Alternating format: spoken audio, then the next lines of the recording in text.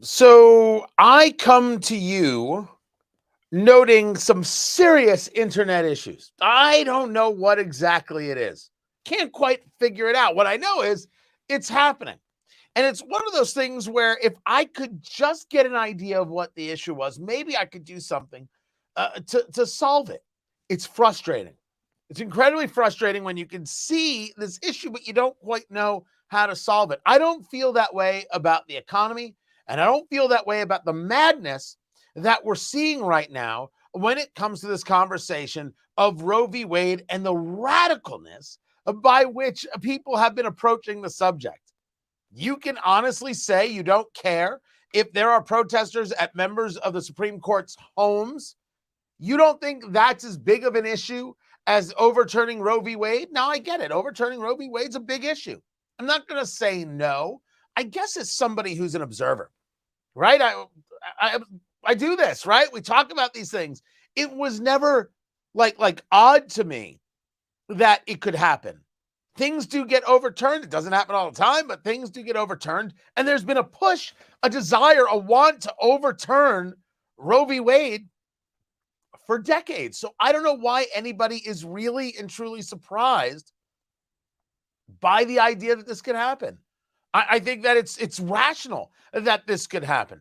But there are people surprised. And I guess if you do take a look at the court, this is a pretty big deal. Welcome, everybody, to the Morning Rumble. How are you doing? I'm Tony Katz, presented by Americans for Prosperity, AmericansForProsperity.org right there. Good people. They do good work. I like them quite a bit. Happy to do the work with them, whether you're watching at rumble.com, or you're there, you're checking out on Twitter.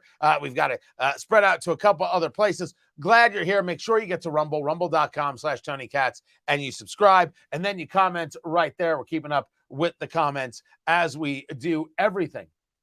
I'm one of the few people, I guess, not surprised that Roe v. Wade could be overturned. And by the way, it hasn't yet. Nothing's been overturned as of yet. This was a first draft that was leaked by wasn't leaked by Justice Alito. It was the draft by Justice Alito that was leaked. And I've got people on the political left that don't care at all. They are so absolutely disgusted by the idea that they don't have control of the court that a leak is, well, fine. It's not fine. The leak is irrational and obscene and is absolutely meant to bully an entire branch of government. We should all be opposed to it. We can have differences of opinion on abortion. We can't have a difference of opinion on whether or not the court can be bullied. And there are a lot of people out there saying, oh, yeah, absolutely, because what we want is more important than what you want. And it's based on this idea that somehow they think they're more moral. They think they're more decent. They think that somehow they have got this lock on what is good and right and righteous. And that's not the case. Like, for example, when they say this is an assault on women. You know how many women out there support overturning Roe v. Wade? It's a lot of women. And they don't see it as an assault on women. They don't play this game. They don't make that argument. And I think it's a really ugly argument that gets accepted by media that somehow this is an assault on women. This is about whether or not abortion kills something. And then if we want to know really what it's about, as you read some of that opinion, whether or not the Supreme Court or the federal government should be engaged in this conversation. It should be a states' rights issue. I'm always on the side of it being a states' rights issue. So I'm happy to see this decision, but I'm not shocked or surprised by the fact that it can be overturned. I'm shocked and surprised, yet I shouldn't be, that people think it's okay to give the home addresses of Supreme Court justices so they can be bullied and threatened and cajoled into changing their position. There's also this idea that somehow it's always the conservatives on the court. What are the conservatives going to do? You never have to question what the liberals are going to do. You already know what they're going to do. They do what they're told, which is really messed up stuff. I like to turn the conversation around. It very much seems that the radicals on the court are the leftists and those who support them. You want to bully the judicial branch? That's a radical position. You want to make the claim, like Congresswoman Pramila Jayapal, that the Supreme Court has no right to overturn Roe v. Wade. That's a radical position right there. You may not agree with it, all right? That's acceptable, but that's different than whether or not they have the right to do it. Of course, They have the right to do it. Don't be freaking ridiculous. She's ridiculous. Then you've got commentaries from Representative Ocasio-Cortez and others, showing and proving that having an understanding of the situation, having an understanding what the court does is not what they are all about, right? That's not who they are. And they have shown this very, very radical streak. And I am a believer. I'm one of the few believers, I guess, who is out there saying that what that's going to do and what that's going to show is that the midterm elections will not be swayed by abortion. I don't believe that to be the case. The midterms will not be swayed by abortion. Inflation will still be the top story there, which is what I was saying yesterday, especially when you see their level of radicalness. I wanted to get into this right here. This is jobs, where you see jobs 428,000 versus the 400,000 expectation. Good. You've had Ron Santilli over there at CNBC, Larry Kudlow over there at Fox Business saying that, it's a pretty good number. I'm happy it's a good number. I think it's great that it's a good number. What I want are good numbers. What we should all want are good numbers. We should want that the economy is going in the right direction. But the question is it? Because along with this is a story about how e-commerce is down 2% overall. And people are not spending as much online. The e-commerce stocks are down 2%. And people are not shopping online because, A, they can go to a store and they like the idea of being out. And then B, what they really, really like is holding on to their money right now because inflation, everything costs too much, and they don't want to spend. If people are going back to work, that's terrific. Do they have goods to sell is the question. Now, you can make the argument, and I think it's a sound argument, that if people are going back to work, there's a belief that they can finally create more widgets, put those widgets into the market, those widgets will be purchased, and that will help reduce inflation because now you have things that people actually can buy, right? Inflation is too much cash and not enough stuff. Well, you put more stuff into the marketplace and you start solving the problem.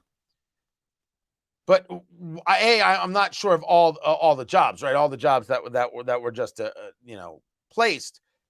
You take a look at Midwest Mainstreet, and the problem is still not solved, right? The functionality is still not there. They're still desperate to hire. Every single anecdotal story I hear is that everybody that they try to hire is a moron, and I'm like, that can't be. They can't just all be morons. And that's just like kind of insulting. You're calling people morons. People who won't show up after they fill out an application, after they get hired, people who have these outrageous demands during interviews. They shouldn't have to work this many hours and they need this time off already. And then, they want to know what all the benefits are. The things, the trappings, the how will you make my life luxurious rather than how can I provide skills that help you so I can get financially compensated for those skills. That's the thing that moves too many who are going into this employment world, making it more and more difficult to employ. There are people who would love to go out there and hire. There aren't people to hire because people don't come in with a level of seriousness. They don't come in with a level of strength. Very often, you will find business owners who are just thankful people showed up at all, and that's not a way to run a business. Now, some of this, you can argue, comes from a world where people are very engaged in the gig economy, and look, they can make money doing Uber, and they can make money doing, some arbitrage on eBay or Amazon. They don't need your, 8 hours a day or anything else. They can just go by their schedule, live by their schedule, and I don't disagree with that. I agree that that's fine. People choosing their own course is absolutely the best way to go about things. I love that. And then what happens is that, well, the businesses are going to have to figure out how to adapt and change. Nobody said that anybody ever actually has to go work there. But when you have government spending to keep people from working, that, of course, creates disincentive. When you have this idea that somehow the workplace, the actual workplace, is at fault for not giving you this, not doing that for you, that is also a serious, serious problem. Somehow they owe you thing. But it's a belief. It's a theory that you are owed something. The employees believe that they're owed something. And they're not. They're not owed anything, right? The job is here. You do the job, you gain the skills, you grow. That's what it's all about. That's what it has to be about. So it's as I started, you see this issue. You see this problem, and you're like, I want to solve this problem, but you don't necessarily know how. You don't know how to solve the problem. How do you solve a problem where people believe they are owed something from the very beginning, from the quick, that somehow you're just lucky to have them and you should give them all the dollars that they ask for, and then they shouldn't even actually have to work at all?